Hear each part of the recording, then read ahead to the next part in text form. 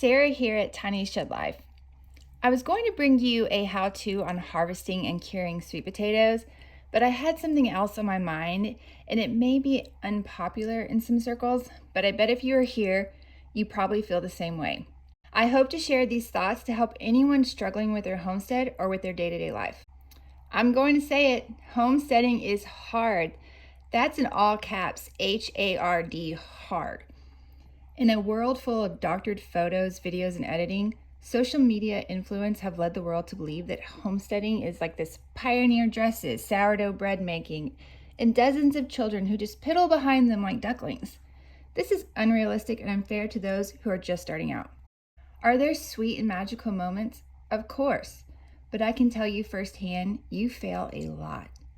And who wants to share all of that failure? Not many people. But if you ask any homesteader, beginner to expert, we didn't get into this because we didn't want to fail. Failing is learning. It's pushing those boundaries that help us grow and honestly help us feel alive. I think it's that feeling alive that many people are missing. To better understand this homesteading movement that so many of us are searching out, let's take a step back to our past. The history of an American homesteader can be traced back through several generations, with our most popular time period being the Homestead Act of 1862, spurred on by the Civil War and the need to incentivize economic growth. For many, it was an opportunity to escape poverty and a way to gain more freedom. I think we're seeing a similar process happening in today's America. Our lives have become quickly filled with modern conveniences, which I use loosely because these conveniences haven't actually freed us from work, but instead we find ourselves working more and more to cover the cost of these so-called conveniences.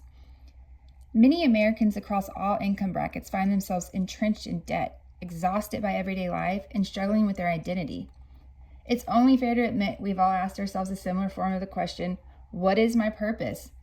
It seems that there is an overwhelming amount of people struggling with mental illnesses too. I think the rampant spread of anxiety and depression in people of all ages, children, teens, and adults, is struggling with those questions. I don't think we were designed to handle a life full of this instant gratification. Kids especially suffer the brunt of being overstimulated and overgratified. There is an unmatched feeling of satisfaction when you achieve something yourself. Being handed things, especially when the accomplishment itself should be the reward, is detrimental to a child's growth. Homesteading helps this. I also don't think our bodies were built to consume loads of synthetic chemicals and highly processed foods. The foods of our parents' and grandparents' generations are not the same foods we are serving families today.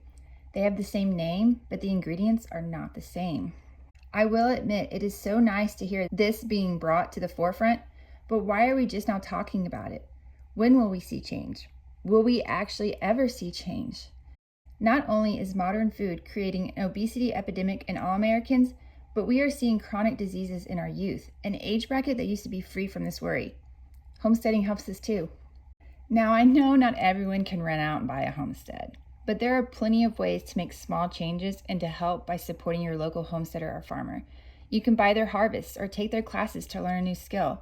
Homesteading is about creating a community that supports each other. I can tell you firsthand, we want to help others.